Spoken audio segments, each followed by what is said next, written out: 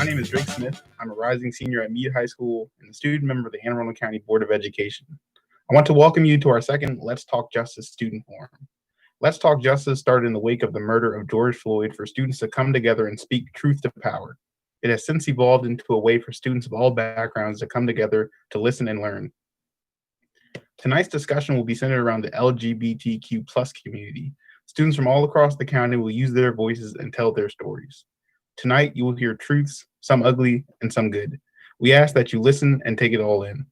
For we cannot make this world a better place unless we first come together and simply listen. Before we get started, I would be remiss if I did not comment on the life of Congressman John Lewis.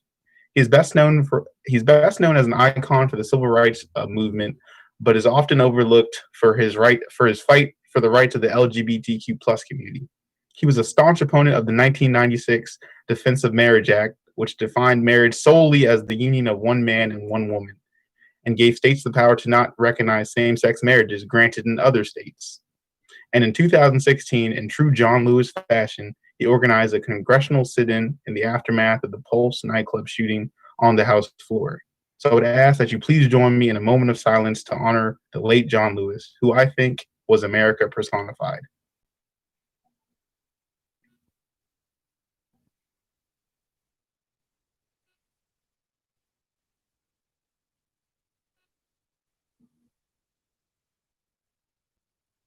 Thank you. And without further ado, I will hand it over to Amaya Matarang, chairperson of the Let's Talk Justice Planning Committee and your moderator for tonight. Thanks, Drake. Good evening, everyone. My name is Amaya Matarang, and I am a rising senior at Northeast High School. Recently, I have had the honor of being nominated as the chairperson and moderator of the Let's Talk Justice forums. Like Drake said, we are here to better educate ourselves on the lives of LGBTQ plus students in our county as we listen to real stories from AACPS students over the next 2 hours. This is especially fitting considering Pride Month just passed us, the recent passing of John Lewis, recent decisions made by the Supreme Court involving LGBTQ plus people, and Disabled Pride Month being among us, resulting from the anniversary of the Americans with Disabilities Act and Pride Month. And with that, let's start the forum.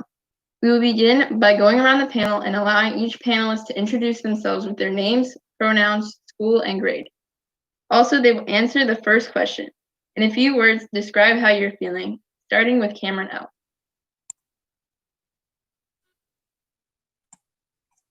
Okay. My name is Cameron Calhoun. I'm a rising sophomore at Old Mill High, and my pronouns are he, him, and I'm feeling pretty excited for tonight, and I really want to be a part of this forum to get my starting point in activism. Good afternoon, my name is Camille Carter. I'm a rising senior and I go to North County High School. My pronouns are she, her, and I'm excited to be a part of this forum, and I'm feeling excited to be a part of this forum. Hello, everyone. My name is Connor Curran. I'm a rising senior at Old Mill High School, and my pronouns are he, him, and I'm feeling inspired to be part of this panel tonight.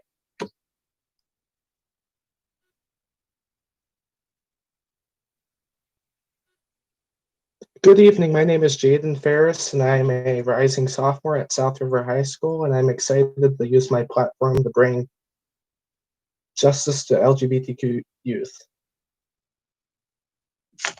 Hello to everyone. My name is Nico Hagenson. I am a rising junior at Vernon Park High School, and I use he, him pronouns, and I'm really excited to show love to all my LGBTQ plus youth in Anne Arundel County. Hi, I'm Kayla Holly. I'm a rising freshman at Meade High School. My pronouns are she, her, and I'm really excited to be here. My name is Cameron Langley. I use he, him pronouns. I am a rising senior, and I am excited to inspire youth like me to use their own voice and advocate for themselves and others. Viewers at home, feel free to introduce yourself in the comments on YouTube and ask any questions or add any comments that you want. Get in the spirit of the forum. And with that, let's start with the questions. Our first question was inspired by a 10th grader at Glen Burnie High School. They asked, have you ever experienced or witnessed the use of slurs, and how have you handled it? How should teachers handle it? Our first panelist is Nico. Well, as a gay man in our schools, I've experienced a lot of slurs. I mean, I think it's a big part of everyone in the LGBT community, unfortunately. But whenever I have been faced with slurs, I've just thought of it from the perspective of why would I let these words hurt me? And I know it's not really a thing you can control usually. I just tried to build a mindset from when I was really young to not let it phase me and just keep going and knowing that I'm happy with myself and I'm comfortable in my sexuality, which is something that I think a lot of people, that's the most important thing for you to come to terms with. And that's when you can not be phased by slurs. And as for teachers, I'm a really big advocate for if you see something, say something. And if you're a teacher and you're hearing these slurs, I just put an end to it right there. And the best thing you could do is, I would say, educate the students who are using these slurs so they know that it's not appropriate to use these and they are really hurtful. Thank you for sharing your story and sharing your bravery with the audience, Nico. Our next panelist is Kaylette. I definitely agree with what Nico said. Yes, I've definitely had slurs thrown at me and my friends because of our gender expression and or sexual orientation. And I've generally handled it by ignoring it. I believe that they shouldn't get to me as a person. I am better than that. And I feel like every person around can put themselves in that mindset, like Nico said. And I feel like teachers should handle it really strictly with a zero tolerance policy. Thank you for sharing your story as well, Kaylette. And it's a real reality that LGBTQ plus students have to face these things every day. So I'm glad you all are sharing. Our next panelist is Connor. So personally, I don't think I've seen some of these slurs used in person, maybe more so online. I've seen them. But I really want to address the second part of the question with how teachers should be handling this within their classroom. So I really think that they should stop it immediately, like Kaylette said, with a zero tolerance policy, and make sure that the student realizes that what they said was wrong and use that as a growing moment, as we are all human. Thank you, Connor. The next question was inspired by a 7th grader from Brooklyn Park Middle School. They ask, how can I explain to my peers that being bisexual is not the same as being homosexual or heterosexual? Our first panelist is Nico. This is something I've thought about a lot, and I wanted to come from it. I'm not bisexual, but I wanted to come from it from like a definition point of view, and that bisexuality is when you have feelings for both genders, and even that extends beyond gender, but that's a completely different story. But I think people need to realize that there's 2 letters. There's G for usually gay men or homosexual, and there's B in LGBT. And I think that's like a good point to start off at as they're 2 obviously different things. But another problem is that when people see that you are attracted to the same gender, they usually immediately put you in the gay, lesbian, whatever, homosexual box. But realizing that bisexuality is a completely different thing and that it is what it is. It's you have feelings for both genders, and that does, just because you have feelings for the same gender does not make you homosexual. And even with liking both genders, I think it can go much beyond gender, but that's a completely different discussion. Thank you, Nico, for providing us with that definition. Sometimes we just have to get to the fact. Our next panelist is Cam. Expanding past the idea of there being 2 genders, beyond bisexuality, which, as Nico explained, is an attraction to two genders, male or female. There's also people who identify as bisexual who are attracted to not only men and women, but also people who identify as non-binary, which can be a spectrum of identities. There's also people who identify as pansexual, like myself, who see attraction to men, women, and non-binary people as an experience separate from bisexuality. there is a pretty dividing argument that happens both in heteronormative and LGBTQ plus spaces on whether or not bisexuality, pansexuality, polysexuality, many different labels that explain very similar feelings. And to put it simply, the best way to approach these variety of labels is to understand that everyone's sexuality is individual to themselves, and whether someone is heterosexual, bisexual, homosexual, pansexual, or a variety of other labels, it's about respecting everyone's differences and understanding that though experiences can be similar, differences are important to individuals and respect is important for everyone. Thank you for that, Cam. As you mentioned, we're just touching the tip of the iceberg. There's so many more sexualities, etc., to look into, and that's what we're here to do tonight, to give visibility to all of those. So thank you for addressing all of them, or as many as you could. Our next question that was inspired by pretty much all the others is, what is internalized homophobia and how can it be addressed? Starting with Cameron C. First of all, internalized homophobia is the belief in stereotypes and myths about gay and lesbian people, which can often lead to toxic indoctrination, biases, and cause doubt in gay people. How we need to address this is by recognizing these myths are not true and discredit them, and go on to make a safe and friendly environment for homosexual people, and try to practice self-awareness to stop this toxic indoctrination from taking root. Thank you, Cameron. As you talked on, it's very important to respect everyone, no matter what their sexuality, identity, etc. is, just like Cam said. Next is Jaden.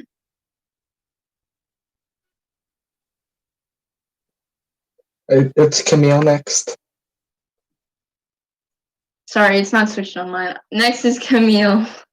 Internalized homophobia, at the end of the day, words hurt. What you say can hurt. Stereotypes that you've created in your mind about people and about people of the LGBTQ plus community, and even further past that, there are things that hurt. Even if the joke that you're saying you may think is a joke between you and your buddies, and that, you know, one word can't hurt someone, that word may be the thing that pushes them over the edges, causes them to do something and commit self-harm. And that's something that needs to be brought to light. And at the end of the day, prejudice isn't something that you're born with. You're not born with the dislike of gay people. You're not born with the dislike of people that are different from yourself. It's something that's learned from the environment around you and the things that you choose to consume. We all have access at this point to media and other forms of information that can allow us to learn things and learn about other people. And even if you personally aren't a part of the LGBTQ plus community, it doesn't mean that you have a right to disrespect and invalidate someone else's experience. So internalized homophobia is something that needs to be addressed, and it needs to be stricken out of your, it needs to be taken out of your mind at the end of the day. May I add something? At the end, sorry. But thank you for that, Camille, because as we are here to learn things and unlearn prejudices, that just really captured the core of this forum. Next is Jaden, and after that, we'll have Cam. So maybe another way to address this is sometimes in schools, zero tolerance policies with like the negative stereotypes and the bullying of kids who identify as such. So I want to give a better definition of what internalized homophobia is. It happens when LGBTQ plus individuals are subjected to society's negative perceptions, intolerance, and stigma towards LGBTQ people, and as a result, turn those ideas into those believing those are true. Thank you for the definition. And now we'll have Cam add comments. As Jaden provided more directly, internalized homophobia is the experience of LGBTQ plus people taking these negative stereotypes earlier mentioned by other panelists and internalizing them towards their own feelings and their own attractions. And the best way for internalized homophobia to be addressed is, like mentioned earlier, to eliminate these ideas from the collective culture and our overarching society, which you can start in your own communities and even in your own families and schools. The best way to eliminate the homophobia that these children are internalizing, and even adults can have these internalized feelings of hatred that they've been taught, is to collectively unlearn these ideas and unlearn these myths. And that is how and that is what internalized homophobia is, and that is what we need to do to eliminate it.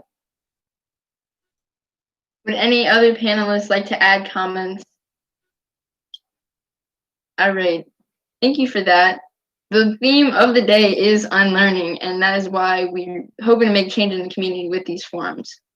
So for the next question, by an 8th grader from Old Mill Middle North, they ask, do you feel like your friend/classmate is treated differently than other students in AACPS solely based on their gender expression or sexuality? If so, how? Our first panelist is Nico.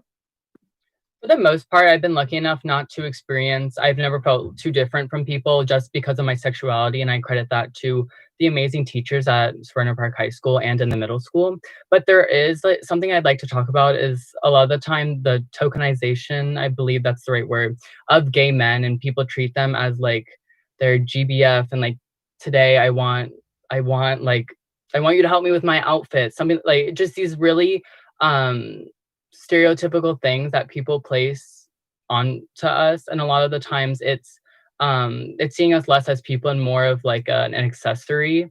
And I think it's just an important thing. Or I haven't experienced too much, I've been lucky enough, but I think it's important for people watching to know that it's not an okay thing to do to people. And this just goes beyond sexuality. It just goes in general, treat people like humans, not your objects. Thank you for that, Nico. Our next panelist is Kayla.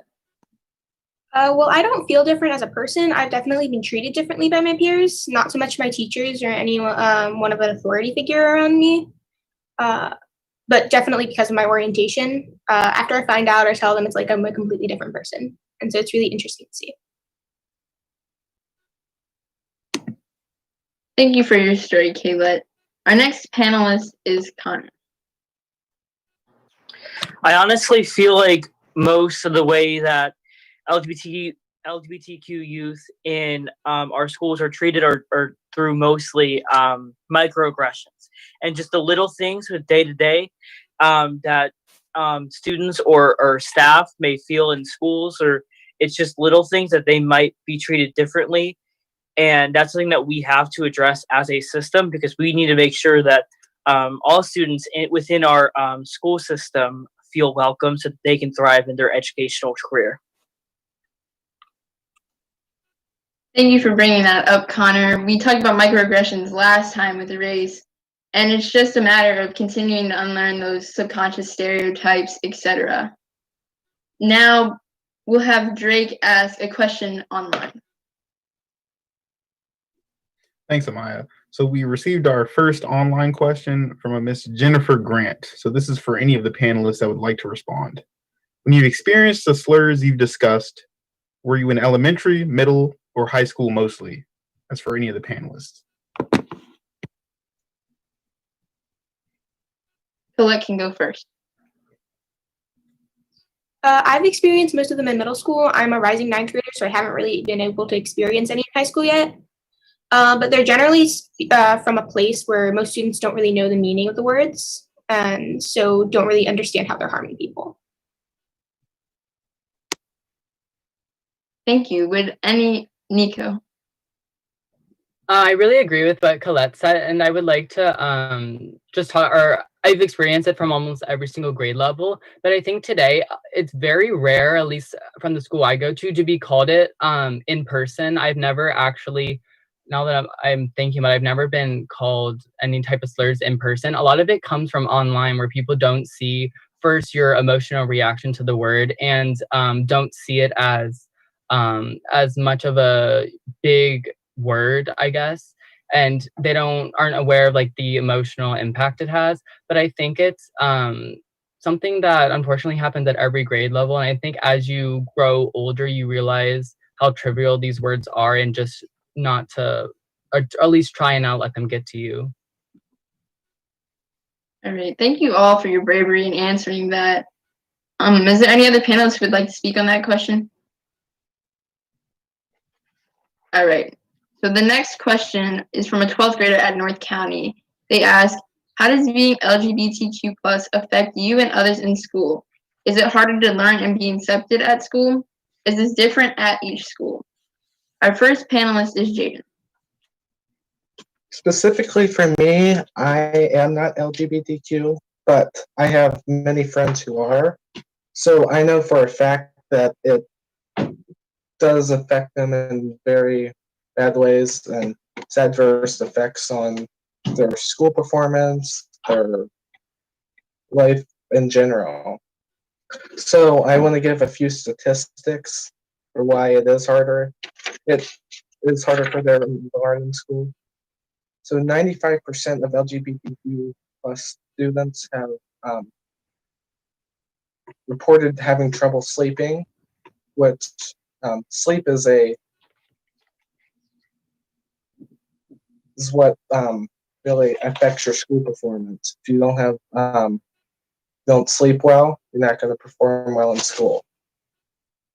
Another statistic, 77% of LGBTQ teenagers have felt either depressed or down in the last week. Also, being LGBTQ with some of my friends, a lot of them have been called quote unquote dykes, faggots. Okay.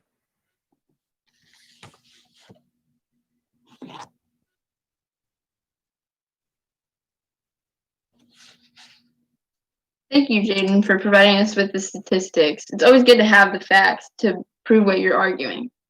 Our next panelist is Camille.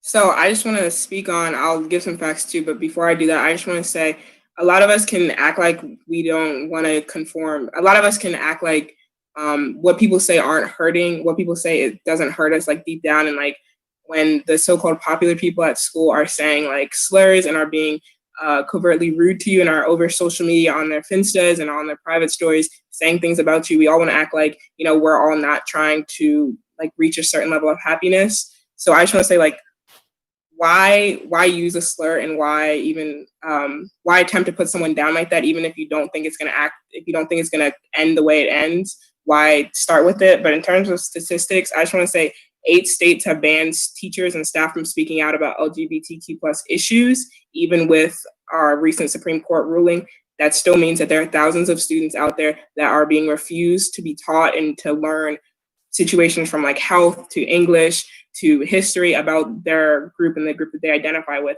And roughly 85% of students have experienced verbal harassments at school by staff. And that's the people that you're supposed to look up to as a protector, as someone who you can find security in, and as someone who isn't going to promote stereotypes against you. And 85% of students are saying they have received hateful words from staff. And I just want to point out the fact that that has an effect on students. That makes a student not want to show up to school, and then not showing up to school now means that their grades are dropping. Their grades are dropping. That means they get in even more trouble. It just creates an adverse effect that no one wants. So I encourage the teachers that are watching and the students, obviously, that are watching to be very careful about what you're saying and think before you speak. Thank you again for those statistics, Camille. It's a sad reality, but we're glad for the bravery of the panelists to speak about the truths on these issues. And there are a lot of active teachers in the comments that we'll get to their questions soon. But first, I'm going to ask another question from a 12th grader from North County who says, I've never been able to read a required book with an LGBTQ plus character. How can we start teaching about LGBTQ plus in not only our history, but in other subjects such as English and health? So how can we implement this into our curriculum or even as a class? The first panelist is Camille. I think that we should first start, I think the main place we need to put LGBTQ plus curriculum in is in health classes, because gay sex ed or LGBTQ plus sex ed isn't taught in health classes. And that means that there are tons of students out there that are only getting one kind of sex ed and are only learning about one way to prevent like STDs and such. So I feel like that's where we need to start first and foremost. And then we can move on to classes such as English and history, where we can be taught, like specifically in English, we can learn about the trials and tribulations of LGBTQ plus students in America and of people in America. And then in history, learn about the actual history behind like acronyms and like the Stonewall riots and things such as that. I just feel like we need to implement it first in health and then English and history next. Thank you for that, Camille. And as a personal comment, I honestly did not learn about the Stonewall riots until 8th grade, and it was through a project by my classmates who identified as LGBT. It wasn't even taught in our curriculum, so that's why this discussion is so important to have. Our next panelist is Jaden. So another way to teach this is for English class is teach about inclusiveness in writing. So with grammar checking apps like Grammarly or Word, it will tell you if you're not being inclusive enough or maybe offensive. We shouldn't have to rely on different types of apps to tell us that we're being offensive. So like teachers should teach us that. So when someone's reading work of ours, we're not giving a bad vibe off of it, or we're not being completely offensive. So I do agree for bringing in health education for LGBTQ individuals and gender nonconforming, because one, I've never been taught. The last semester I was in health, not if you're a part of the community, how to engage in sexual activity. It's always male and female, not male and male, or female and male, or transgender woman and a male. Thank you for that, Jaden. There's a lot to take in, but that's what we're here for tonight. Our next panelist is Connor. So what I really think that we need to start with is in English, is to make sure that we have literature within our curriculums that have LGBTQ plus characters within them, so that they can see portrayal within that community. Additionally, the Montgomery County Board of Education, I believe it was a couple months ago, took some very good action, and they passed a LGBTQ plus history course as a semester, like it's not like a required class, but it's just like an elective that you can take in the social studies department. And I feel like that we can start there as far as bringing that in within making sure that they are representative in their curriculum by having their own class. Now, mind you, it would not be required, so we're not as a CPS pushing any values towards anybody. That a class would simply be there for an option so that people can learn more about it. And then we can also look at GCC and see if there's any more ways where we can put in more inclusivity within that curriculum as well, which, by the way, it's already done a good job at that as well. Thank you, Connor, for reminding us of the change that has already happened and the actions that we're already taking. Speaking of which, the Office of Equity has planned a PD after school on one of the early dismissal days as an option to be about better LGBTQ plus education for teachers and staff. Does anyone have any comments for this question? All right. So we have a question online, and the person asks, for the educators that will see this, what can they do to better support their LGBTQ students? Camille. As we've talked a lot of tonight about like no tolerance policy and tolerance policy, if you hear slurs or if you hear derogatory marks, even if the person that they're speaking about isn't there, but to recognize, not necessarily call it out in front of a large group because that never really tends to help. It almost tends to hurt more than it helps. But to maybe pull the student aside, take them out of the classroom and say, look, you said X, Y, Z. This is not a good, like, this isn't something that you should be saying. This isn't what you should be pushing onto students. And this is why. Maybe give them some information about like, hey, this slur that you're using dates back to this, and this is why it's harmful. And then send that student back in with the information. And then if they go out into their personal friend groups and someone in their friend group says a slur, then possibly they can be like, hey, teacher XYZ taught me about this. We really shouldn't be calling so-and-so this because it has a hurtful meaning. So just looking, if you see students say something, really see if you see it, say something, and then don't call them out in front of a large group of people because that makes them defensive and that kind of makes it almost worse. So pull them aside and speak to them privately. All right. I'll have Cam, then Nico, then Connor. One thing that I believe is that more importantly than I believe that teachers and educators might be discouraged by the idea of trying to get through to a student who may be acting in a way that promotes hate. And what I believe is the best solution is, first and foremost, establish that your classroom is a place where hate is not accepted. And even if you believe that you can't get through to a student, the best thing that you can do is establish an environment that is safe for the students who may be targeted. If you cannot disrupt hate, then promote love and make sure that you as a teacher and as an educator are cultivating an environment that allows these students who may be targeted to feel safe. All right, thank you, Cam. Next is Nico. I think I definitely agree with what Camille and Cam both said. I think they're really definitely things that I've thought of and I think that are would be really effective. But I think it's also really important just to like send love to these students who often feel like that they're often ostracized and they feel like outcasts. I think it's just really important, like what Cam said, to build an environment when we're all accepting of each other. And even if there are students that aren't accepting, at least you as the teacher can know or know in your heart that you are going to accept these students. And just offering, maybe you don't have experience with the LGBTQ plus community, but just telling them that they have a place where they, like during lunch periods or something like that, where they can just come and they can feel safe and not have to deal with the rest of the students who may not be so accepting of them. Thank you, Nico. Next is Connor. So one thing to all the teachers out there, I would use this moment as kind of when you kind of see students in the wrong when they're using this inappropriate language, is kind of use it as a growing moment.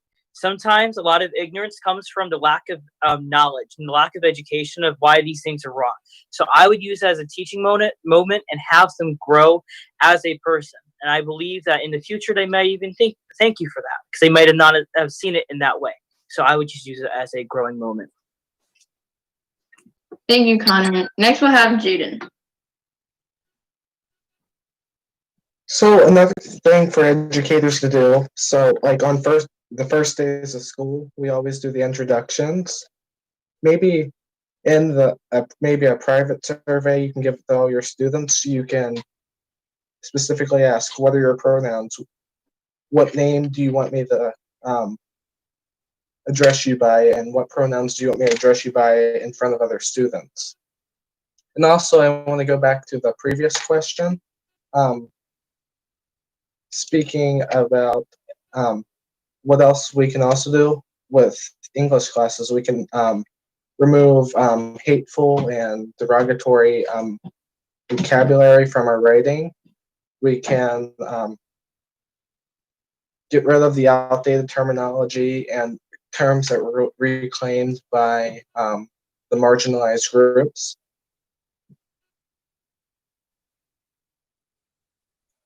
Thank you all for answering that. Does anyone else have any comments? All right. What you guys mentioned about creating a safe space for love and not promoting hate in classrooms perfectly segues into our next question that we gathered that asks, how does one find a way to feel safe in a school where they are out, but also the school environment isn't so tolerant? Our first panelist is Nico. I come from this from two different perspectives and experiences. I used to play baseball for like first 8 years of my life, and being a feminine man in a hyper masculine environment, I had to put up a front just so I could avoid the use of constant slurs around me, though they weren't often directed at me. Thankfully, I know that I just kept quiet and I never really let myself come out because in fear of being called those slurs. But I've also had the experience of in school where I have not a persona, but that's where I really feel like I truly am myself. And even expression through my clothing, I've always felt at least a bit different from everyone else, and I've been ostracized for that. But I know that I felt so much more happier when I was myself in school, even if it came with a lot of hate from people, than when I silenced myself and I did not allow myself to be myself in fear of being called these names. So I just want people to know that though sometimes you might not feel safe, and if you don't feel safe, like you actually feel like you're in danger, I want to make sure that please don't put yourself in these positions of danger. Like I really I don't want anybody to actually be unsafe. But if you know that it's just the only thing that's gonna come out of it is trivial name calling, whatever, I think it's just really important to know that you're gonna feel so much happier when you're yourself. Thank you for your bravery in sharing that story, Nico. And I think the big takeaway was that safety comes from self-confidence and being yourself more than it comes from any specific environment. Next panelist is Camille. So I definitely think that if you're in a situation, like Nico said, where you feel unsafe, to definitely seek help from people, from teachers more specifically, that you know are allies, that you know aren't going to do anything to make you feel more ostracized in your community. And I know this is more towards teachers, but I know that the little signs that you guys used to have on your door that said, I'm an ally to XYZ, and had multiple communities and had the flag and had a bunch of things behind it. I know those were really helpful to other students to know, like, okay, if I walk into this teacher's class during their lunch period, I'm not going to feel upset, and they're going to be able to help me calm down from the situation. But back to the student perspective, I'd say just find a teacher or teachers that you know you can go to and that will help you work through whatever situation and are allies towards you and what you're fighting for. Thank you for that, Camille. And that seems like a really good option to make it known what you're allied to and stuff like that. And I hope it can be implemented in more schools, because honestly, I've never seen that before. So thank you for providing that. Our next panelist is Cam. In order to feel more safe in a school environment, and this may not always be an option, but I found that if you can sort of express yourself in a way that allows other people who may be a part of the LGBTQ plus community to sort of identify you, if you are able to find connections with other people who are also part of the community, I find that those connections can be helpful in order to strengthen your own security. And, you know, even if you feel unsafe in general, if you are able to make a connection with a peer who may also be a part of the community, or just a very passionate ally, having someone who understands you and or will support you is very important. I know in my own personal experience, just a short little story, when I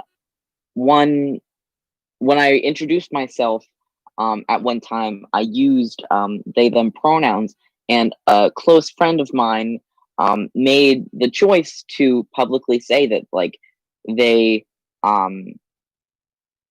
were not going to tolerate hate from other peers. And, you know, in order to feel safe and for others to feel safe, making close bonds with peers and standing up for your peers who may be targeted, specifically in this case LGBTQ plus students,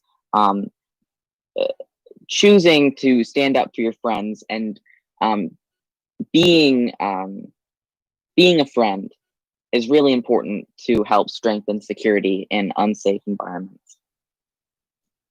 Thank you for sharing your story, Cam.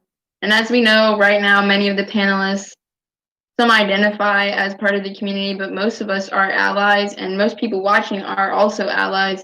So it's really good information to be a friend, etc. And does anyone have any further comments? All right. We just got an online question from Sarah that Drake will take to you. Yes, and before I do that, I think Jaden, you had your hand up.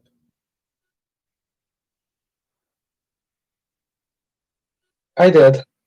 So I would like to add, maybe I saw a comment about gay straight alliances in schools. And previously we actually talked about those in prior meetings. So I've actually read about the benefits of these. If schools that have gay straight alliances, they're 43% less likely to hear a homophobic slur than compared to 25% less if that school does not have a gay straight alliance. So there are many benefits as to those. And also at my school, South River, we have like safe spaces in our building, and many rooms have the glisten sticker on the door where you can like come in and talk to your teachers. I think that'd be a good thing to do for like all the schools. And with online learning, it's kind of hard for a safe space. So maybe a way to get clubs back in, we can like students can go attend a club and speak to a teacher that is an ally.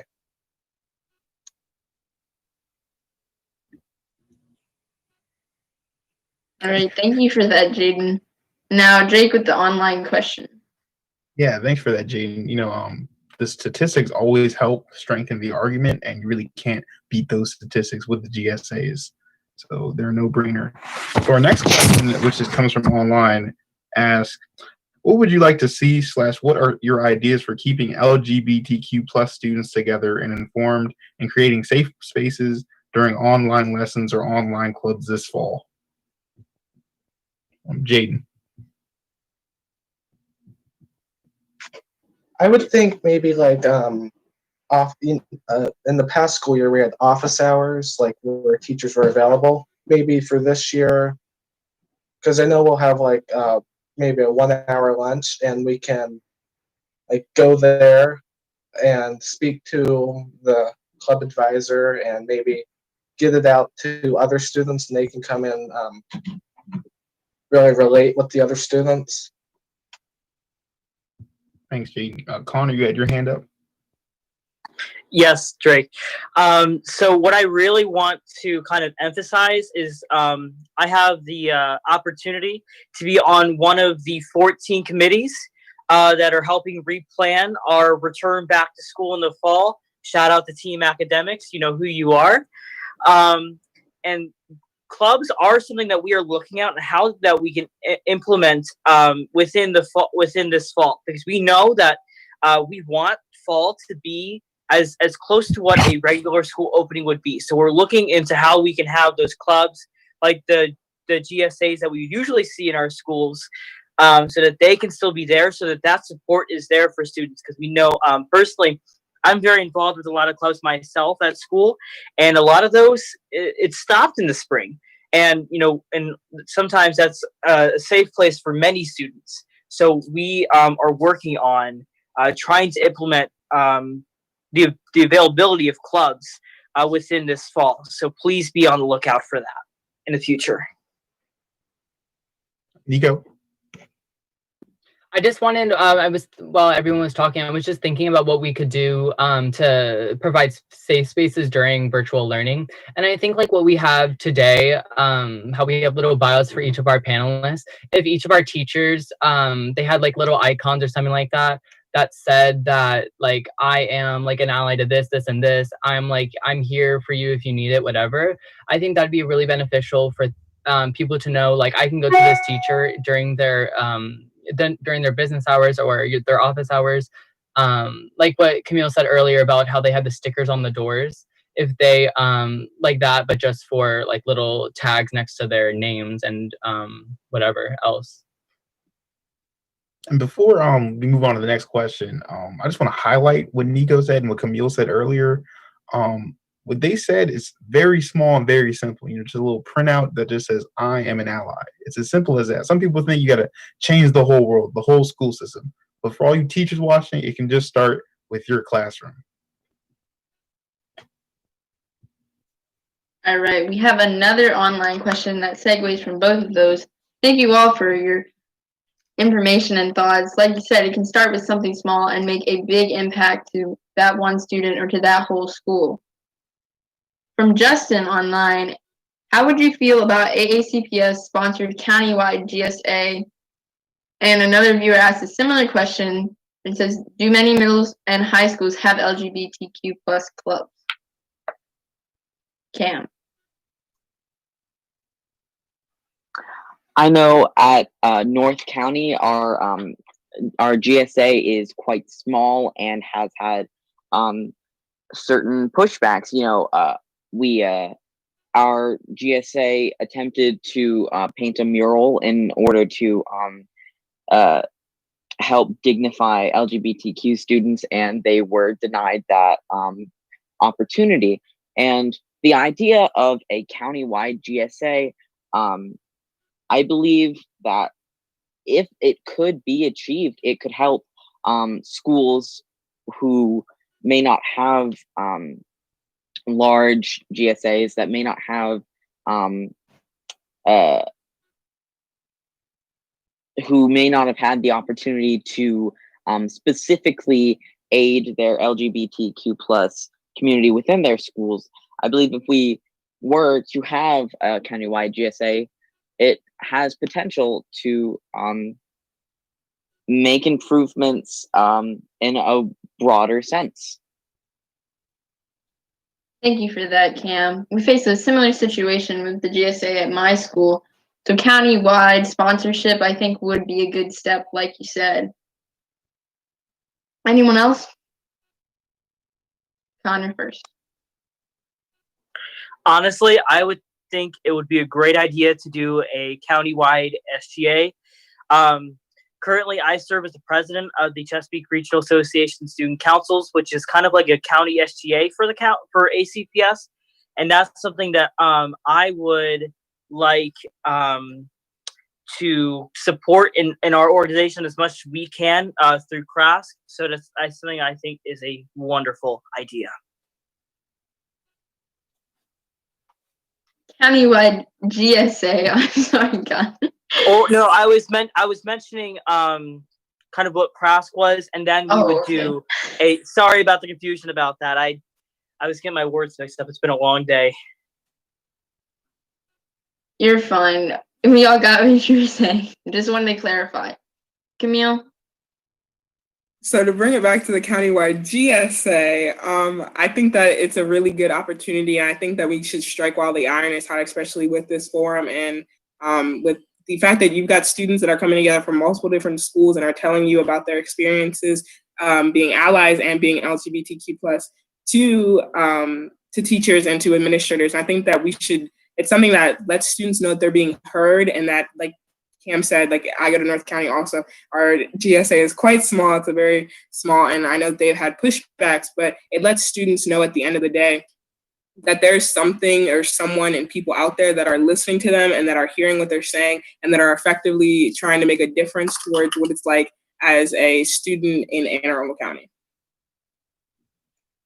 All right, thank you all. Drake? If I may, I think you all make valid points, and I think you should really bring it to the attention of the school board. Oh wait, I'm on the school board. So it's noted, and we're definitely going to make changes happen. I think this is a fantastic idea. Like Camille said, strike while the iron is hot. But also, we have a very special opportunity. We're really taking hold of the online meeting, so it's really easy for students all across the county to come together. So after this, we'll definitely look into that and try to make that happen.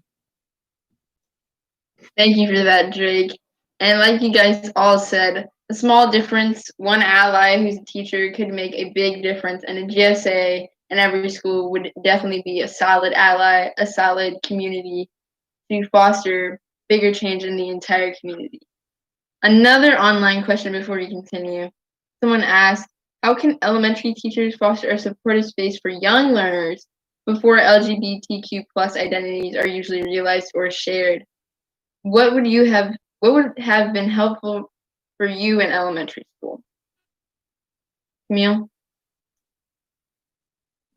I really like this question, and I think it's a good conversation to have because I know we're all either rising. I know a lot of us are high school students right now, so I know that elementary school teachers, you guys are probably like, okay, this is high school. There are a lot of different conversations that can be had at high school versus elementary school. I think that books are a really good way to introduce topics to students. So books that maybe are talking about love is love and about how normalizing things while children are younger makes it easier for them to understand it as they grow older. So normalizing people being transgender, normalizing people not wanting to be heteronormative, and normalizing that clothes don't have a gender and things like that. It's the little things that help make students understand while they're younger and while their minds are most impressionable, allows them to be more tolerant and more accepting as they grow older and as they end up in high school environments that we're now living. Because at the end of the day, I think all of us want to make sure, and the Anne Arundel County that we're living in right now, where we've all experienced or seen some sort of oppression towards LGBTQ plus students, that this isn't the reality that the kindergartners right now are going to grow up in when they get to be our age. For a really complex question, that was an equally complex answer, and it was very well said. So thank you for that, Camille. And speaking of books for children, I know the Conscience Kid, I don't know if they have other social media platforms, but on Instagram shares children books for LGBTQ students and minority or other marginalized groups of students for children. Next, we'll have Jaden. So my answer is not as complex as Camille's, but an idea would be group students neutrally. You know how it's we do boy girl. They could do it randomly and not really. Also, I'm sure there are many young children's books that have LGBTQ characters in there. So maybe if it aligns with curriculum, put those in the curriculum and bring more inclusiveness to young children. And also, because elementary school students are still learning how to write, so making sure that they don't use maybe derogatory terms and get rid of the terms that are still being used, which shouldn't. Next, we'll have Nico, then Kaylette, then Connor, then Cam. I just think a really important thing is just representation. I think this goes for sexuality, gender identity, race, whatever. I just think it's really important to see that there's other people out there like you, and that the feelings that you're feeling are they're not some strange thing that nobody else has ever experienced. I just think having in books or whatever, and just in normal conversation, I think it's just really important to normalize it. And I think coming from such a young age, it's much easier, honestly. It doesn't need to be some complex, I just think it's as easy as saying that love is not just male and female, that it exists on so many other levels, and just having kids be aware to that to hopefully prevent any type of bigotry later on in their lives. Sometimes the simple route is the best route. So thank you for that, Nico. Next is Kaylette. So my mom is trans, and so I grew up knowing all about the LGBTQ community, and I feel like that's the best way to foster understanding and love. being open and honest, maybe having trans or gay people coming to speak to the children or strong allies so they have a true understanding of what the community is and what we stand for. Thank you for offering your unique perspective on that, Kayla. I hope more people who have that same situation remember or are able to identify with someone who represents them. Also, the Instagram page for those books and resources for children is called Conscious Kid. Our next panelist, I said, would be Connor. For the elementary teachers out there, my advice would be to normalize saying pronouns. So when you start your class in September, you kind of, when you go out and everyone goes and introduce themselves, have them say their pronouns. So, and they might not know, and that's okay. Kids ask questions. I'm sure elementary teachers out there watching this know they ask questions. Kind of have that conversation and have that be a learning moment for them so that when they kind of get older, this is not something that's foreign to them in the future. And I feel like that could have a really big impact on their journey to acceptance. Thank you for that, Connor. Oh, Drake. Yes, I just want to play devil's advocate for a second. I think this conversation is very powerful, and I agree with everything everyone's saying.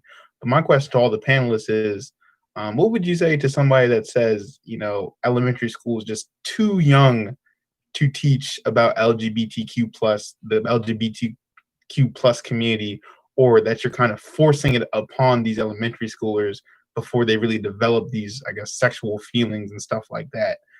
This is a common thing that I've seen, on the news, and I just want to hear your remarks. So I guess, Cameron? First of all, it's never too young to start teaching kids certain subjects and certain verbs. There's lots of media out there that teaches a wide array of subjects that are deemed not kid-friendly, and so there's just never too young. And also, LGBTQ plus community and all those rights are not inherently about sex and are sexual. So it's not about that. And this is more about the morality and trying to get that across to kids so it doesn't become foreign when they're our age or older, and how they just have this growing up.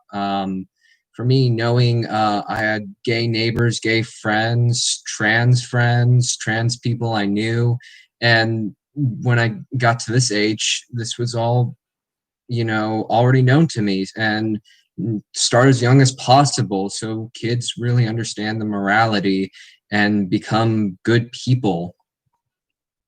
That was a very powerful answer. Cam, did you want to go next? I just wanted to reiterate points that have already been made, specifically normalizing different types of people, normalizing, gay families, and normalizing transitioning, normalizing that you can be seen as one gender when you're born, and you are not forced to live as a gender that you are not happy with.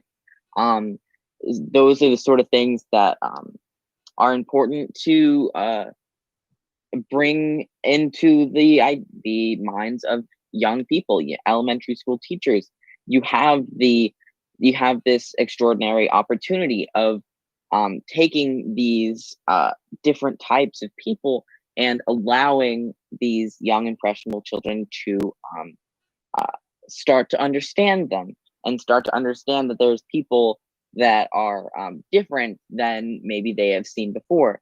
And also, I'd like to reiterate what Nico said, because this is it's very important that it is said, because it is often misconstrued. The LGBTQ plus community is not inherently sexual.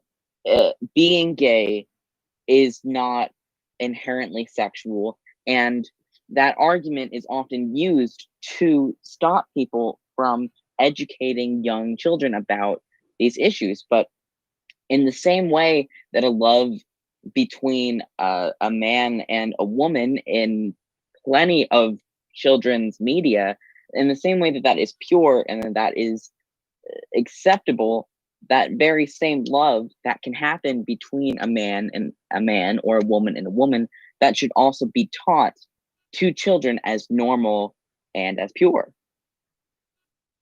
Thank you, Cam. Just normalize it. That's wonderful. Simply said. Nico?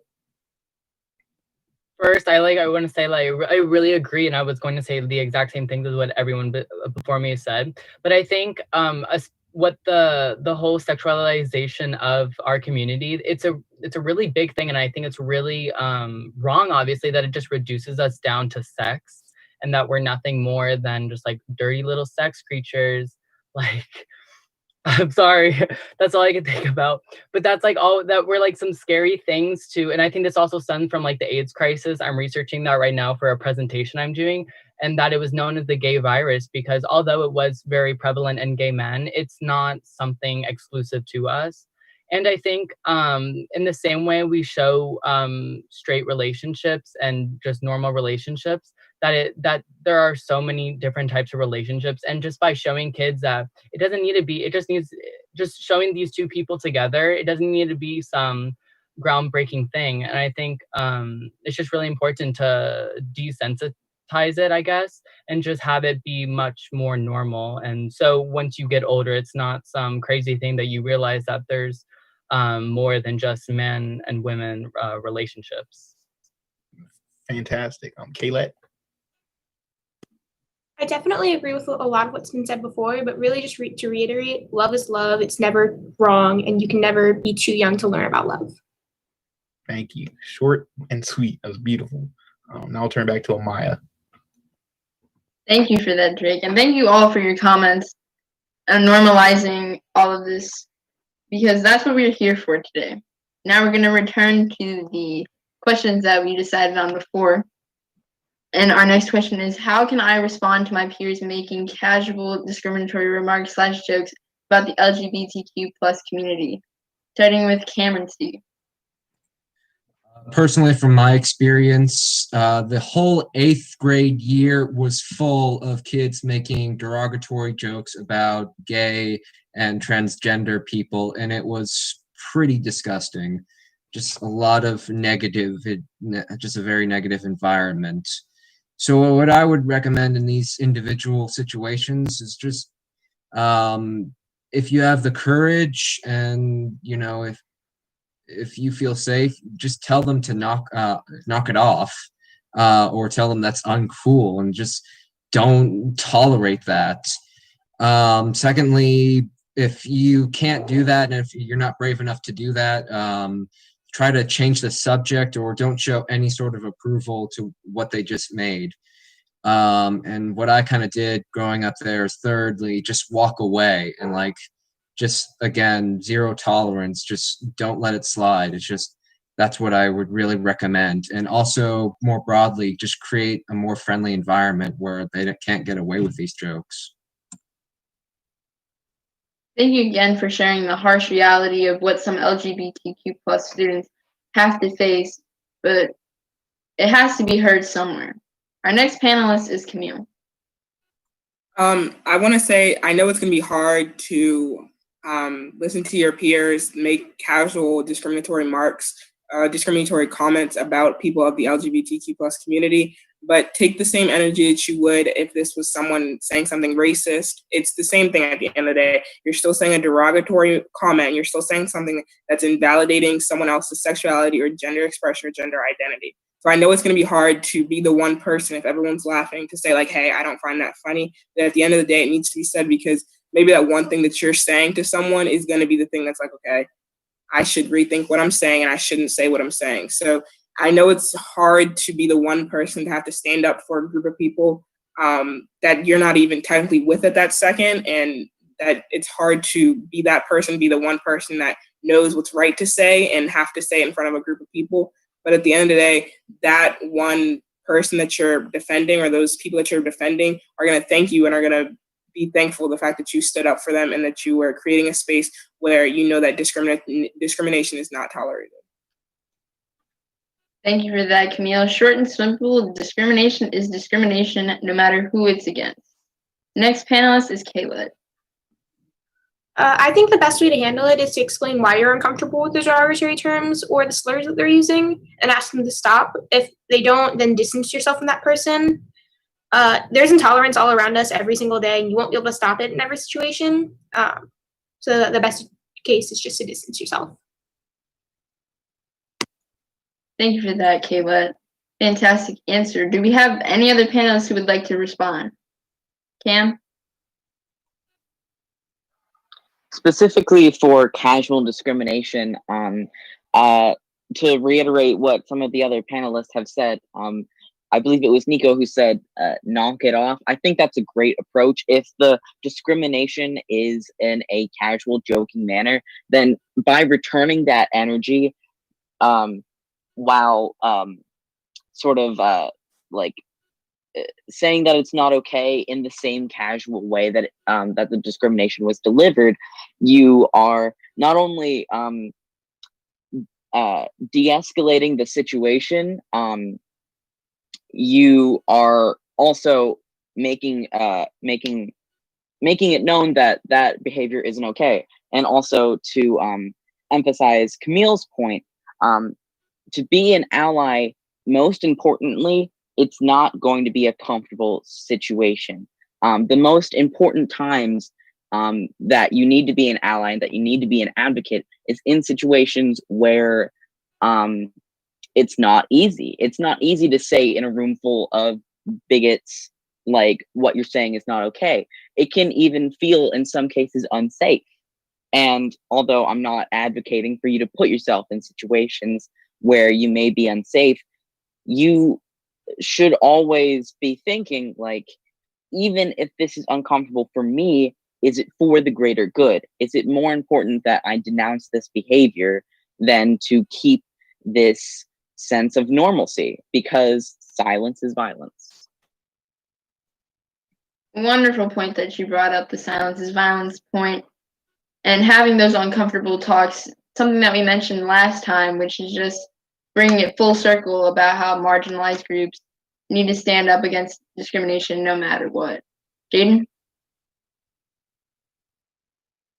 So getting from this question, I would like the a solution the peers making discriminatory jokes is when they're young. Students, kids always say that's so gay, meaning it's something's bad. They use the words dyke, queer, fag as kind of an insult, but they don't know what it means. So maybe for educators, tell them that it's wrong, like the elementary children, and if they don't know, like, ask them what gay means, and tell them that doesn't mean that something's bad or disgusting. Challenging your thinking is always a good way to unlearn stereotypes. Is there anyone else who wants to respond to that? All right. Our next question is inspired by a 7th grader from Brooklyn Park Middle School. They ask, is there any way to explain the value of love to other students so they can understand LGBTQ plus relationships? Starting with Nico. I think, like what Colette said earlier, love is love, and that it exists on so many different levels, and that what you may be seeing, and like if you're only seeing straight relationships, that it's important to realize once you're exposed to other types of relationships, that though this may be more rare than a normal straight relationship, that it's to open your minds to it and realize that just because I haven't seen this before, it doesn't mean it's some crazy out of this world thing that I can't accept. And just, if it's uncomfortable at first, just realize that these feelings that you might have will pass once you're just exposed to it more, and just to be more open to different types of relationships, and knowing that love should be something everyone's able to experience. Thank you for that, Nico. Next, we have Kayla. I agree with what Nico said. Just be open and honest with your experiences as an LGBTQ plus person and why it's important to you. Short and simple. Is there anyone else who would like to comment on that? All right. Oh, Cam. I was just going to once again bring up the point of normalization and equating a straight relationship with a gay relationship is important to see that relationships, regardless of the kind of people that are in them, it's important to see love as something that everyone should experience, as was already said. It's just important for it to be said. Gotta make sure they hear it sometimes. Why we're here. Okay. Next question. In your coming out process, what would be the best thing for allies to say? Our first panelist is Nico. Well, I guess I probably shouldn't have signed up for this question because I feel like I've never had like a proper like coming out and that it's not always some big thing that it happened. Coming out is like a repetitive thing that it's going to happen throughout your life. But for me, I think it's just really important to surround yourself with people you know, or at least when you first come out, I think it's important to surround yourself with people you know are going to accept you. And if you don't have that, just realizing that one day, like there's going to be somebody who will, and many people that will accept you. And especially that's like why we're here, is so that that's a more common thing. You don't have to look around for that person to accept you. And wait, what was the second part of the question? Sorry. What would be the best thing for allies to say? You're good.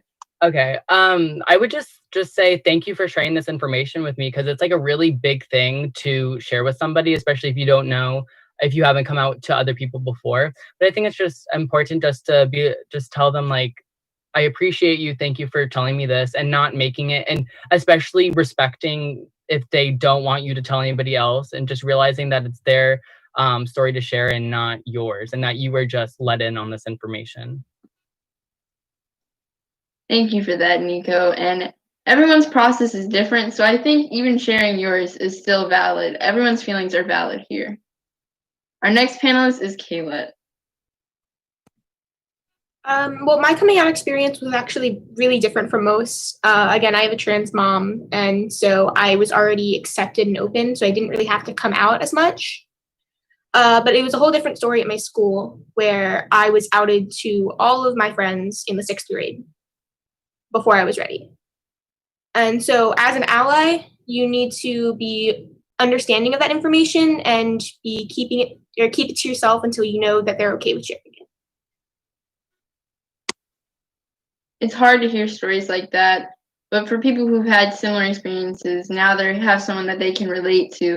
And it's unfortunate, but it's good that we have that representation and that we know what to do now in the future. Our next panelist is Cam. A couple of the best things that you can do as an ally for someone who is just coming out is don't make it about yourself, and don't make it about your own views. If someone shares with you in confidence their identity, it's not up to you to accept them. That is something that it's not up to you to give them, you know, the best way to say this is to share from personal experience. When I came out as a transgender man, I had someone tell me that they were not going to respect me until I underwent surgery. And I know that that's, a pretty common idea that, someone has to reach a certain level of a certain idea of what you expect someone to be before you accept them. And it's really not up to you. If someone is coming out, that is, they are sharing their truth with you, and it's up to you to accept that. And like Kaylette said, it's not up to you to tell other people. Another thing that's great for allies to do when someone comes out is, if you have questions, definitely preface them with your intentions. If you have a question that you think might be invasive, ask first if you are allowed to ask the question. Don't. It's also important to know as an ally that the person you're talking to does not owe you any information about themselves and about their own feelings or experiences. You are not owed information, especially not invasive information, from anyone. Don't ask people about their sexual histories or about their bodies if you don't know them, and if they tell you that they're not comfortable with that.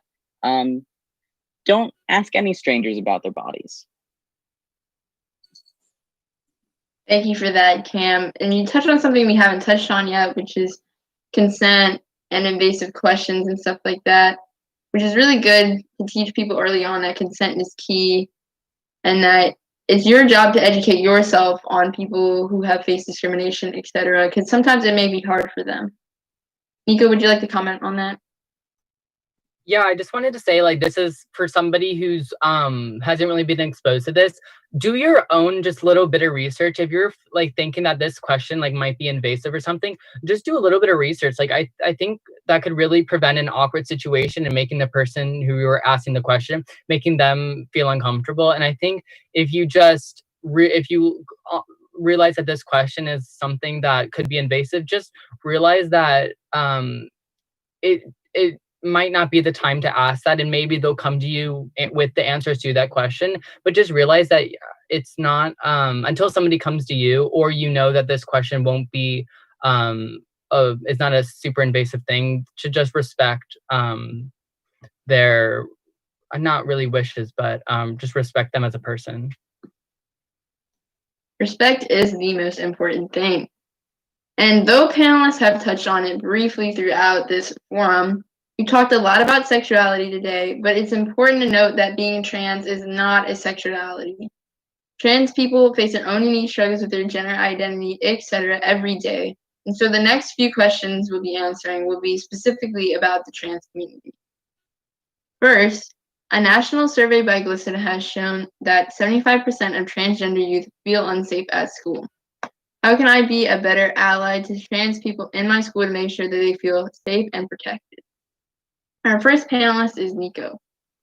This section was something really important to me because online I have a lot of trans friends, and I think it's really important to distinguish that trans people have their own unique struggles, even though they are grouped within the LGBTQ community.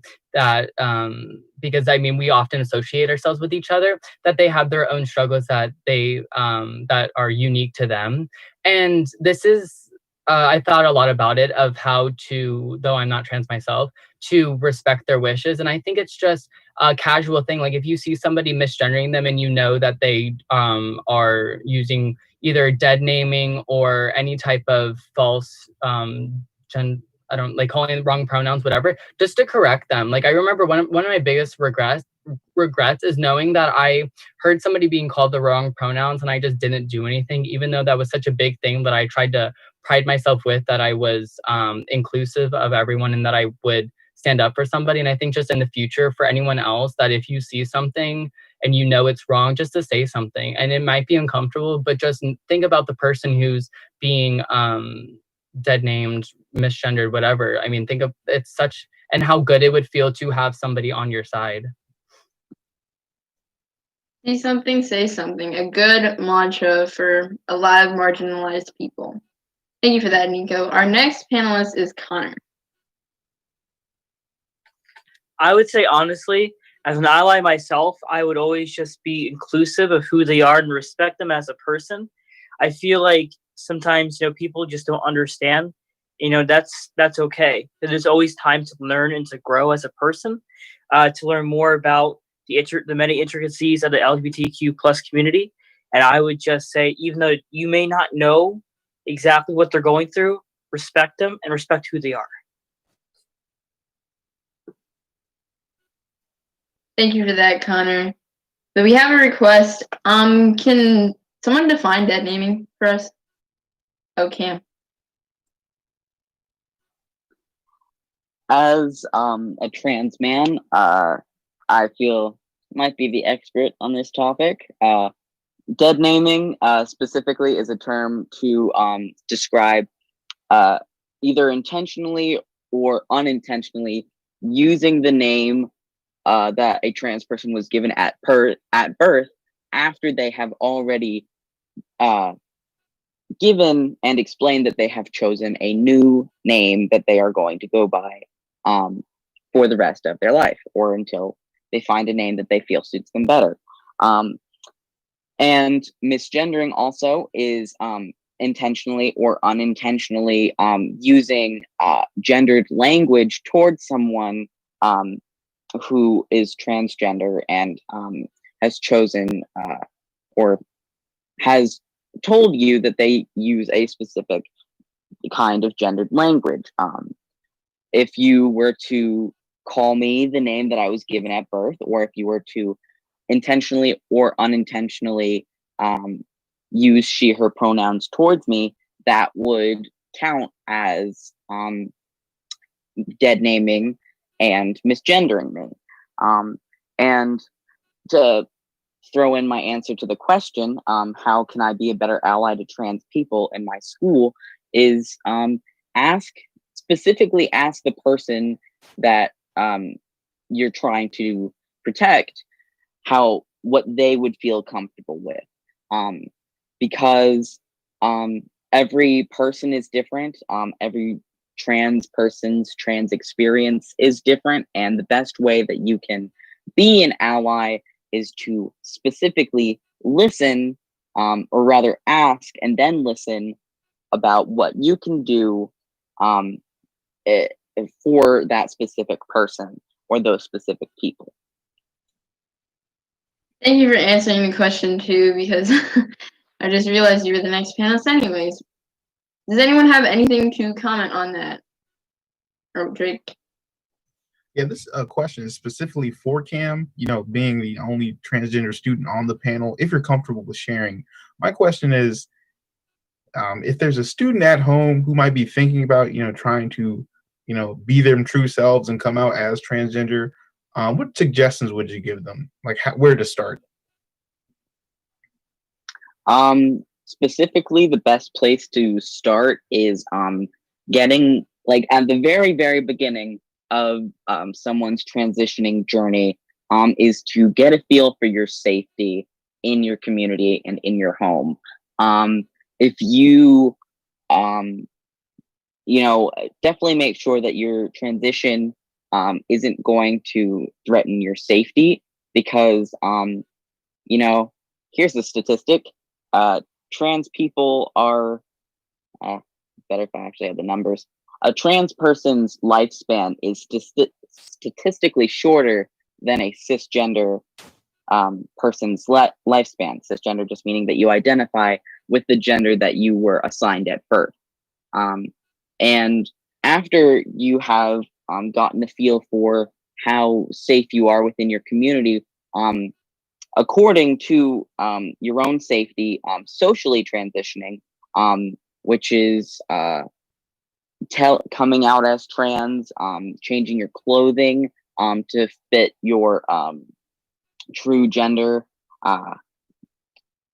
changing your name, your pronouns, letting people know these things. A lot of it comes from physical appearance, because gender is something that most people try to determine on site. And it can also be hard for gendered non-conforming trans people to be accepted. But that's a very niche conversation. To anyone who may be considering transitioning, my best advice is, like I said, get a feel for what is safe to do, and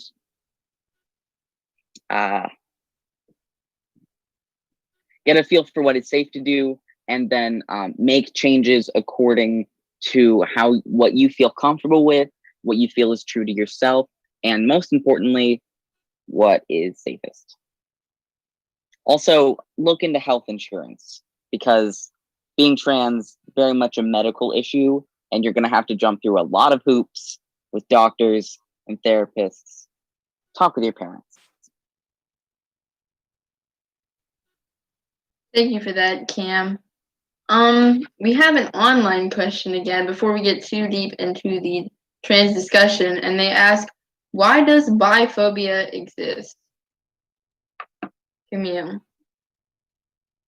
So I'll go at it through the two genders. Gender is a construct, it's fluid. Not everyone defines as male or female. But I'll first talk about male perspective. Within the male community, a lot of it is, if a male comes out as bi, a lot of people just assume that he's closeted and he's covering up for the fact that he's gay, which is untrue. And the fact that people are doing that and are invalidating someone's sexuality and are saying, oh, you're just not ready to come out as gay, or oh, you just don't actually want to say that you're full gay. And it's an invalidation, and it makes someone feel like their whole isn't actually who they are. And even if that person were to later down the line come out as gay, it's not something that you need to feel the need to comment on and be like, oh, I told you so, or oh, I always knew that you were going to be gay, XYZ.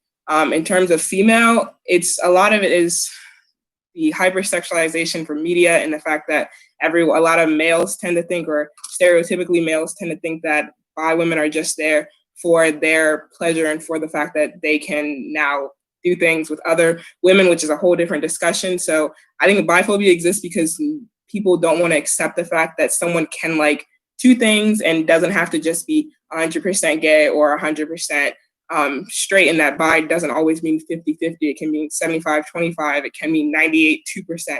It's not just a concrete 50% of you likes males, 50% of you likes females, or something along those lines. Thank you for that clarification, Camille, and that was a very nuanced answer for that. Kayla? I just wanted to add in that the term there is called bi-erasure. Thank you for the clarification on that. And I want to add that biphobia does exist within the LGBT community. Same with other types of phobia for members of the community that are like less visible, like ace people, trans people, pan people.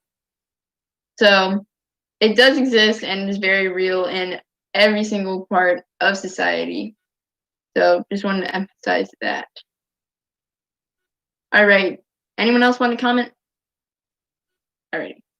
Going back to the questions, how can I defend my trans friend when being called the wrong name or gender without stepping on their toes? I think we pretty much addressed this question, but we have Cameron here if he wants to speak.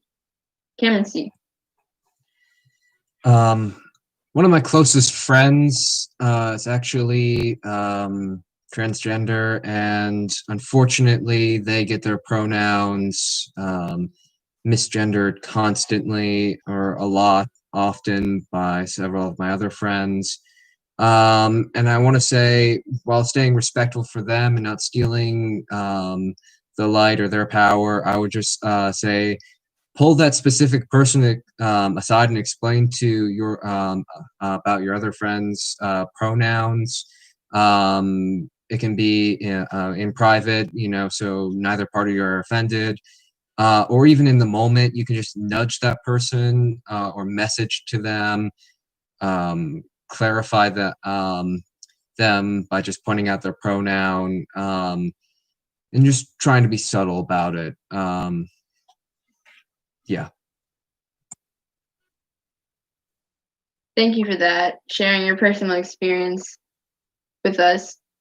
Would you like to comment, Nico? I didn't, I would, but I think it's a talk to have with the person before, like, or once they're starting transitioning or all that, or when they come and speak to you about it, and just ask them, what would you like me to do? Because I'm not going to always know what's best for everyone, and what's best for everyone, or what's best for someone's not best for everyone. And just to realize that it's a very personal thing, but though it might be uncomfortable, just realize that in the greater good, it'll do a lot of good for that person. Like we said before, but it does need to be reiterated, always defending the people having the uncomfortable conversations, because it'll make it better for that person, making society more accepting as a whole, even if it's uncomfortable in that moment. Kim, would you like to comment?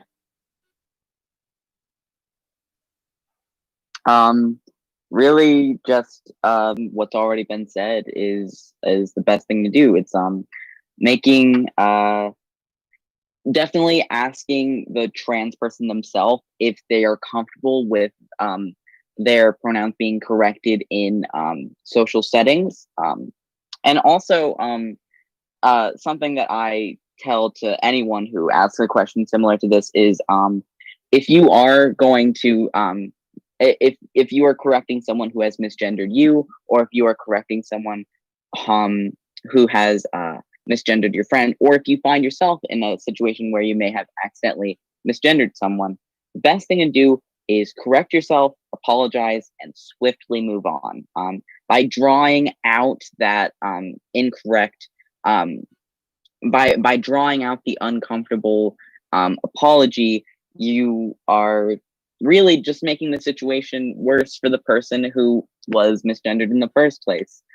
Just correct yourself, move on, or correct the other person, and then move on, so that the person that you're with feels like they are comfortable and respected. Thank you for that, Cam. Fantastic answer. The next question, 13 and 14, I think we've already addressed, but if anyone would like to comment on them or want me to read them out loud, you can say so now, or raise your hand now. Anyone? All right. Oh, we have an online question before we get to question 15. And someone asked, why do you think people treat LGBTQ plus people differently? Kayla? So as was said before, hate isn't something that you are born with, it's something you learn and you're taught. So it's definitely from the community around them, whether it be peers or family, or just anyone in the community, really. It's something you learn. Short and simple. Again, Kayla, thank you for the answer. Anyone else? Cam? Another proposed theory on why people in the LGBTQ plus community are ostracized by others is just a base misunderstanding of the community itself. You may believe that, like we mentioned earlier, the hypersexuality of the community, this believing that we are all dirty and that we are all, like, centered around sex. It's untrue, and it leads to the idea that the community itself is inappropriate, when in fact we're all just people trying to live lives the same as everybody else, just with a different experience. And ignorance leads to hate, and the best way to defeat ignorance is education. Exactly what we plan on doing tonight with this forum. Thank you for that, Cam. Cameron? I feel like to the question, why are LGBTQ plus students treated different, can mean two things. Like they're either being ostracized or bullied, or they're just simply treated differently from like everyone else. And I think that it's like two things. Either they're treated differently because of not the person not wanting to offend them, or back to the third question about the internalized homophobia, the belief in stereotypes, which causes them to, maybe not even from a bad place, but just in a more toxic place. They believe in these stereotypes, and for some reason want to like apply that to the student without really investigating or really understanding this person. Thank you for bringing it full circle, Cameron. Would anyone else like to comment? Alrighty, on to the next question. How can we better educate the student and families about the transgender community in our system? First is Kayla.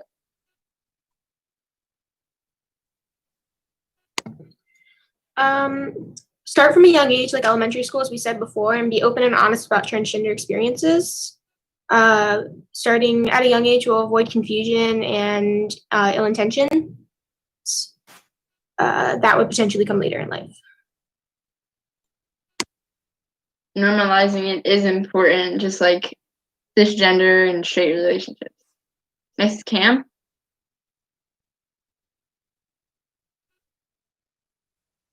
The best way to educate students and family is by amplifying the voices of trans people. There's plenty of resources online. You know, this is the age of information. The best way to educate is to listen to those who have experienced topic that we're talking about.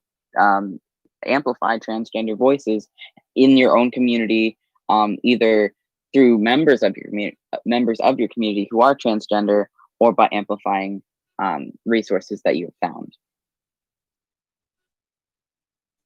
Which is exactly why our presence here is so important today, especially yours, Cam, as the only transgender panelist, though everyone else too, of course, not to diminish anyone else, but just to represent those people who may feel alone in Anne Arundel County and in other places, and know that there's students like you who are successful, who are doing this, who are open about it, and that one day you'll be able to be there too. Next is Connor. In addition to what my fellow panelists have mentioned, I would say to all the people who are watching this discussion right now is to share it out with the people that you know, or people who you may feel like not necessarily understand the LGBTQ plus community, and have them watch this panel discussion to have them learn and grow themselves.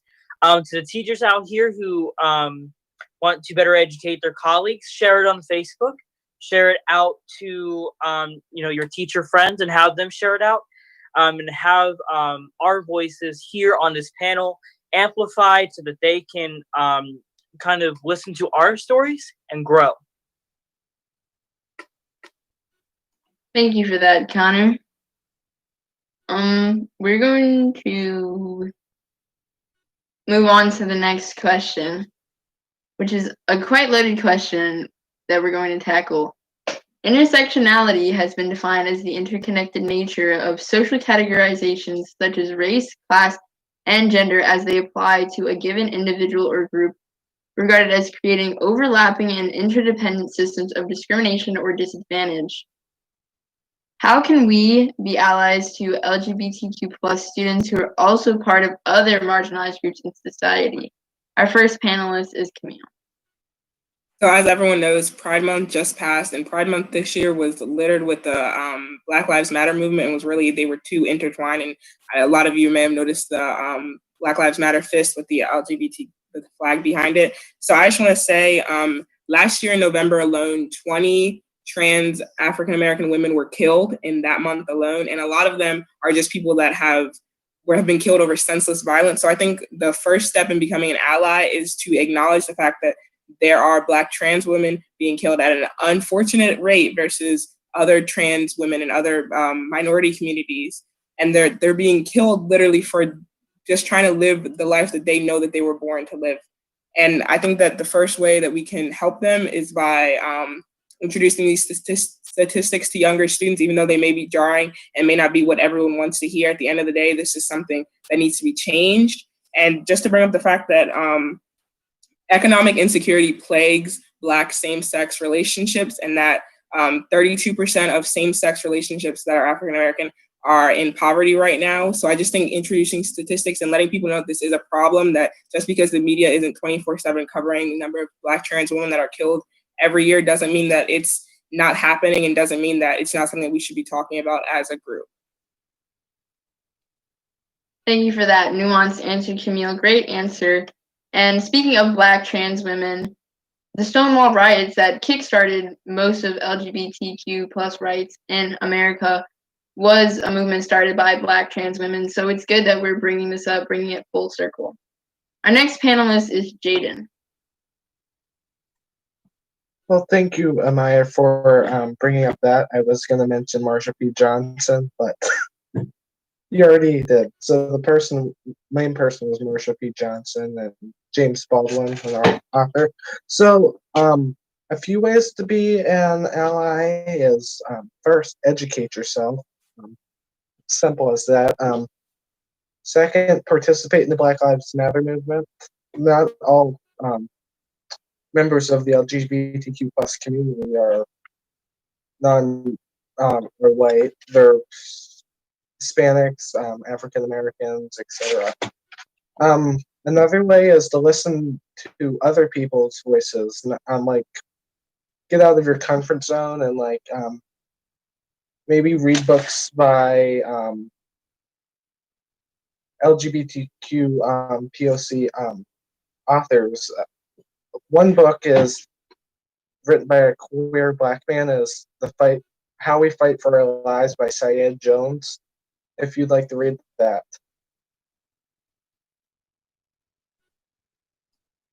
Thank you for that research, Jaden. Sorry for cutting you or for mentioning what you were going to say earlier.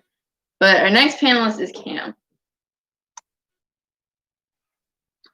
Just to emphasize points made by previous panelists, the best way that you can be an ally to interconnected groups is to understand how different marginalizing factors can affect people differently. In understanding that you are at more of a disadvantage, the more marginalized you are, and understanding that those are the people that need to be uplifted.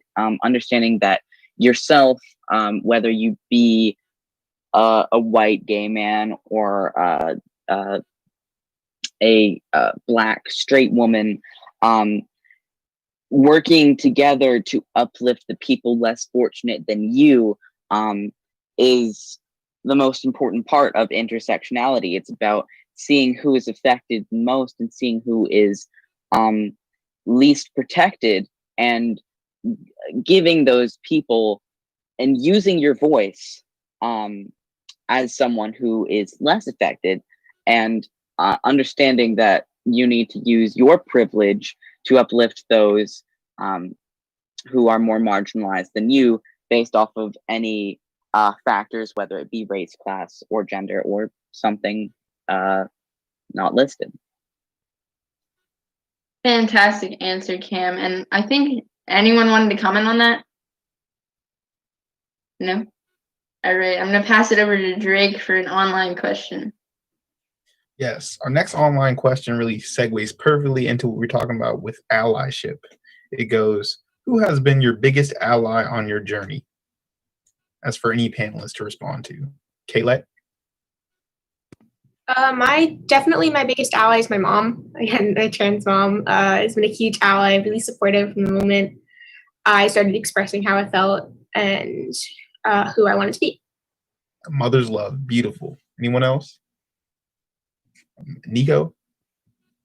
I think a lot of my best relationships have stem from my teachers, because I think being in a place of education, I feel like usually they're more accepting of everyone, especially because they've had so many students before them. But I think they've always really been they might have not been directly in saying stuff, but I think just the indirect things that they all say and are very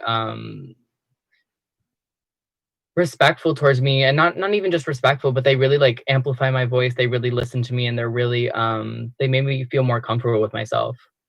Wow, I think all the teachers watching can really relate to that.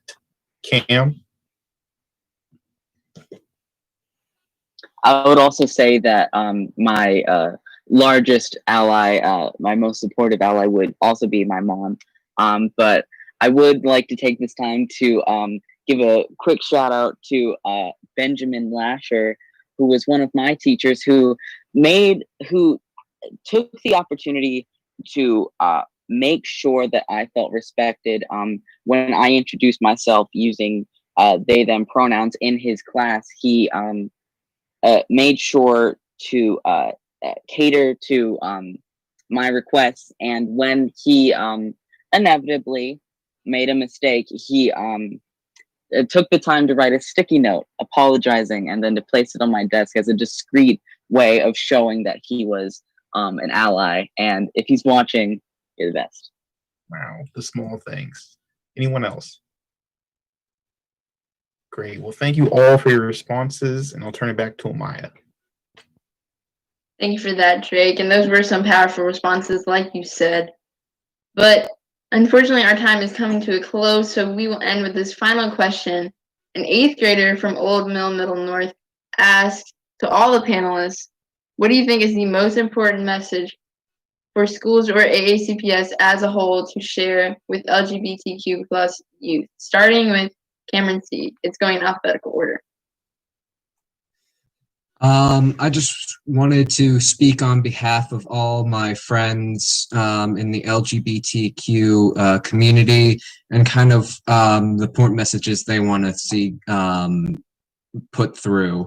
Number one being the normalizations of different genders out of the gender norm and just different sexualities, just being a normal thing, not being this foreign alien topic that you have to heavily research to get to. Number two would be improve safety.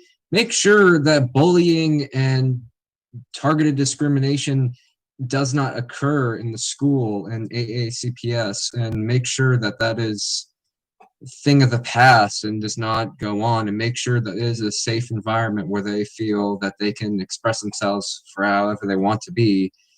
And definitely one of the most important of all is class-wide efforts.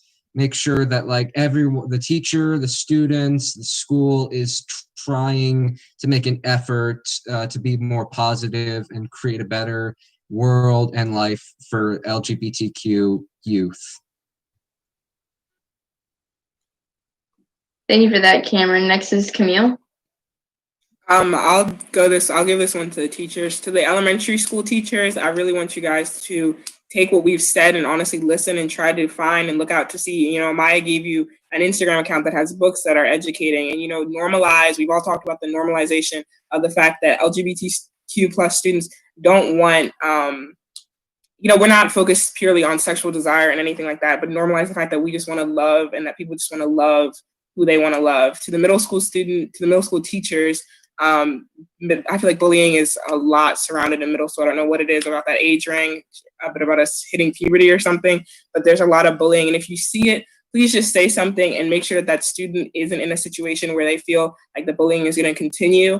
To the high school teachers, like we said, the sticky notes on the door, I know it's a lot harder to do since we're all going to be online for at least the first semester this year, hopefully not that much longer, but maybe just saying something at the beginning when you give your little slideshow saying who you are, just put in the fact that you're an ally to the community and that you're always there to help and to aid students. Another great answer, Camille. Next we have Connor. What I would say that the message that ACPS should send is that we are here for you as a school system for the LGBTQ plus community, and that we may not be the most perfect right now, but we will work harder to work with you. I know that we have amazing people doing some amazing work at the Office of Equity and at Central Office who are working every day to better our system together, and to look into putting an LGBTQ plus history course within our social studies department. That is something that we need as a school system to implement as soon as we can.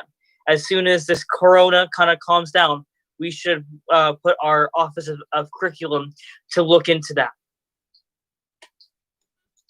Hopeful prospects for the future, Connor. Thank you. Next we have Jaden. I agree with what the past three have said, but I'm going to do a much more of a cliche. Love is love. So I want to say this to the educators, specifically the elementary. Teach more inclusiveness in your classroom, whether it be online or in person. Also, if you see a student make a bad, inappropriate joke, teach them. Don't discipline them, more of rehabilitate in a sense.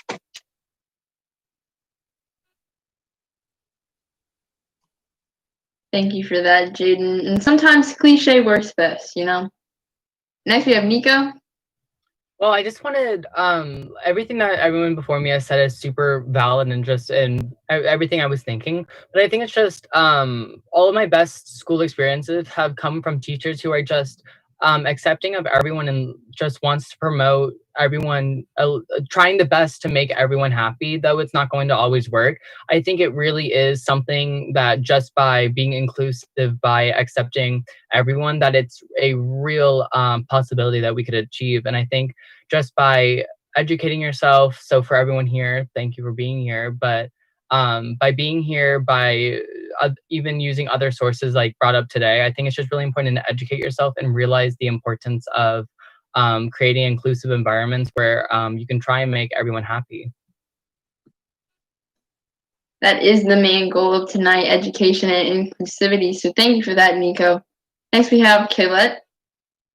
I agree with what everyone else has said. I think AACPS should really just promote inclusivity and spread the message of love.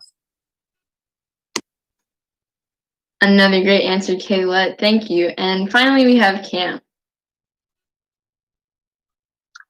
In three simple parts, my important message to the school board, AACPS, is listen to the voices of marginalized students, listen to the marginalized, listen to those who have experiences that are different than yourself.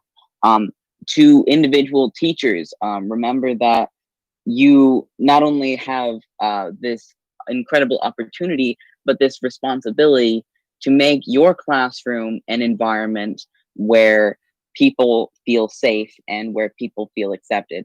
And to the LGBTQ youth listening, know that our community is vast, and no matter where you are now, you are loved. Thank you for that, Cam. And that brings us to the end of our questions. So I'll pass it over to Drake to make some closing remarks. All I can say is, wow. You know, the seven of you just had a wealth of information, and I'm surprised we fit it all in 2 hours, because really we could have talked all day about this. So I just gotta shout you all out individually. Kaylet, Cameron, Nico, Camille, Jaden, Connor, Cam, you all did a wonderful job. And you know, you're the reason why we say AACPS awesome. You're really the embodiment of it. But how can I forget our wonderful moderator, Amaya? Amaya, you did a fantastic job. Can you all just, clap it up for Amaya? It's not easy, and she made it. Oh, it was wonderful. But now let me get to my pre-written statement. The candor from each one of these students on this panel should be commended. It's not easy to bring such personal topics to the limelight. They have shared the facts and statistics. They shared their stories about what names they've been called, but also they shared who helped them along the way. But more importantly, they shared suggestions on how we can make the world for the LGBTQ plus community a better place, like creating safe spaces or a countywide GSA. And now it is time for us to act.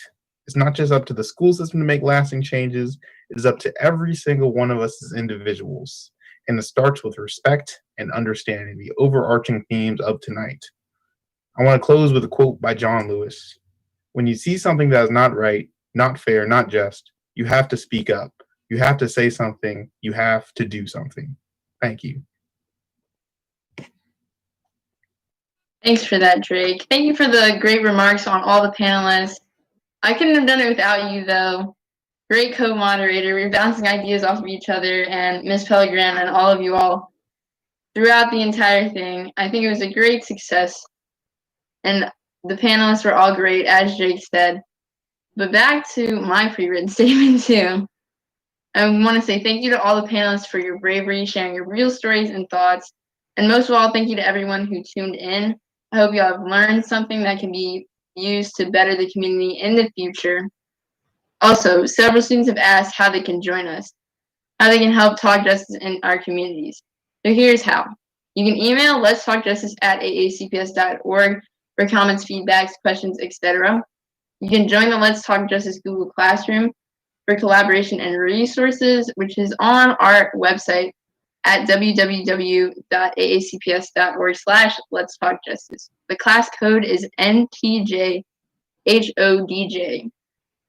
It's on the website again. The website includes the bios for our panelists, our moderators, etc. Also, if you click on the resources tab, you can connect with local organizations, a list of books for LGBTQ plus youth, and other things. And I wanted to mention a quick thing on the resources tab. We didn't talk much about everything that encompasses the LGBTQ plus community. There are resources on there specifically for asexual people who were not really mentioned tonight, pansexual people, etc. The Asexual Visibility and Education Network's on there. Annapolis LGBT House, I think, or the Clubhouse is on there too. All great things, local community or online resources for every single student so that all of AACPS can feel represented and feel seen. And with that, good night, Anne Arundel County.